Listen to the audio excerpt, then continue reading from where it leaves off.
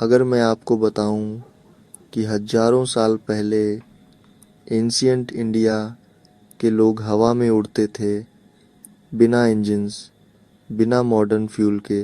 Sounds unbelievable, right? पर रामायण जैसी ancient texts में पुष्पक विमान की बात की जाती है और महाभारत में मिस्टीरियस फ्लाइंग वॉर मशीन्स का जिक्र है। सो आज हम इंडिया के सबसे पुराने मिस्ट्रीज में से एक में डाइव करेंगे, vimana, the flying machines of ancient times.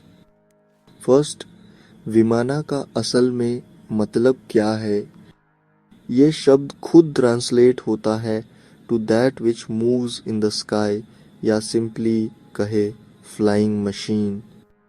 विमानस के रेफरेंसेस ऋग्वेदा, रामायण, महाभारत और कई पुराण्स जैसी टेक्स्ट में बार बार आते हैं। सबसे फेमस पुष्पक विमान, कहा जाता है कि ये रावण का था जब उसने इसे कुबेर से छीना था। लेजेंड्स कहते हैं कि ये क्राफ्ट बिना पायलट के उड़ सकता था, हवा में होवर कर सकता था और एक जगह से दूसरी जगह इंस्टेंटली ट्रैवल कर सकता था। Wild, right? Now let's talk about the Vaimanika शास्त्र। 1918 में एक मिस्टीरियस टेक्स्ट सामने आया, सपोजेडली सेज महर्षि भारद्वाज द्वारा लिखा गया। इसमें 4 तरह के विमानास का वर्णन है: रुक्मा, सुंदारा, त्रिपुरा और शाकुना। ये टेक्स्ट सिर्फ डिज़ाइंस के बारे में बात नहीं करता, इसमें इंजन्स, मेटल्स और रूल्स फॉर फ्लाइट का डिटेल्ड वर्णन है। कुछ लोग मानते हैं कि ये प्रूफ है कि एंशियंट इंडिया में एडवांस टेक्नोलॉजी थी जो हमने आज खो दी है। But what does modern science से? इसरो और डीआरडीओ जैसी ऑर्गेनाइजेशंस ने वैमानिका शास्त्र को कभी ऑथेंटिक या साइंटिफिक नहीं माना है। 2003 में इंडियन इंस्टीट्यूट ऑफ साइंस ने एक रिपोर्ट पब्लिश की जिसमें डिज़ाइंस को बेसिक प्रिंसिपल्स ऑफ एरोनॉटिक्स के खिलाफ बताया गया। बट कंस्पिरेसी थ्योरिस्ट्स, वे आर्ग्यू करते हैं कि शायद रियल नॉलेज छिपा हुआ है या दबाया गया है। Even in the west, ancient aliens जैसे शोज विमानस के बारे में बात करते हैं।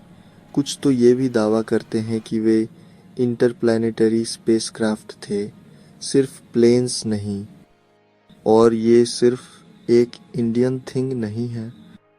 एंशियंट इजिप्ट, सुमेरिया और मायन सिविलाइजेशंस सभी अपनी लेजेंड्स में फ्लाइंग क्राफ्ट्स का जिक्र करते हैं।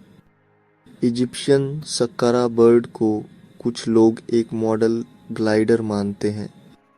सुमेरियन टैबलेट्स देवताओं अनुन्नाकी के फ्लाइंग मशीन्स में आने की बात करते हैं।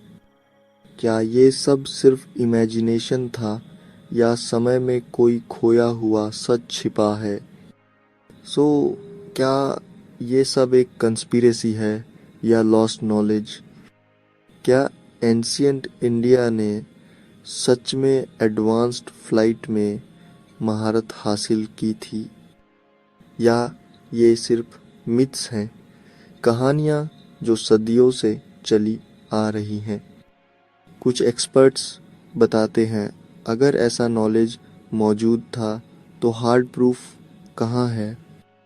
बट फिर हिस्ट्री हमें यह भी बताती है कि नालंदा और तक्षशिला जैसी बड़ी लाइब्रेरीज डिस्ट्रॉय हो गईं। शायद सीक्रेट्स उन आग की लपटों में खो गए। आज भारत चांद पर पहुंच गया है, मार्स पर मिशंस भेजे हैं और स्पेस को पहले से कहीं ज़्यादा एक्सप्लोर कर रहा है। बट क्या हम अपने ओन एंशियंट मिस्ट्रीज को सच में एक्सप्लोर करने के लिए तैयार हैं?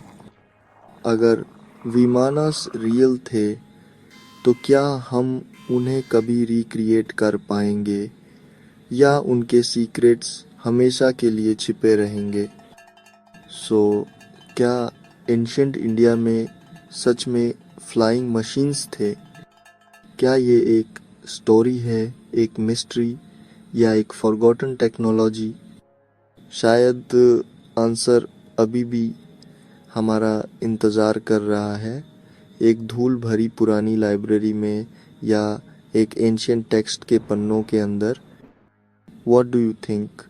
क्या विमानास रियल थे या सिर्फ imagination? Let me know in the comments. Video informative लगी हो तो लाइक ज़रूर करें, और अगर आपको ऐसे मिस्ट्रीज़ में डाइव करना पसंद है तो हिस्ट्री लूप को सब्सक्राइब करना न भूलें।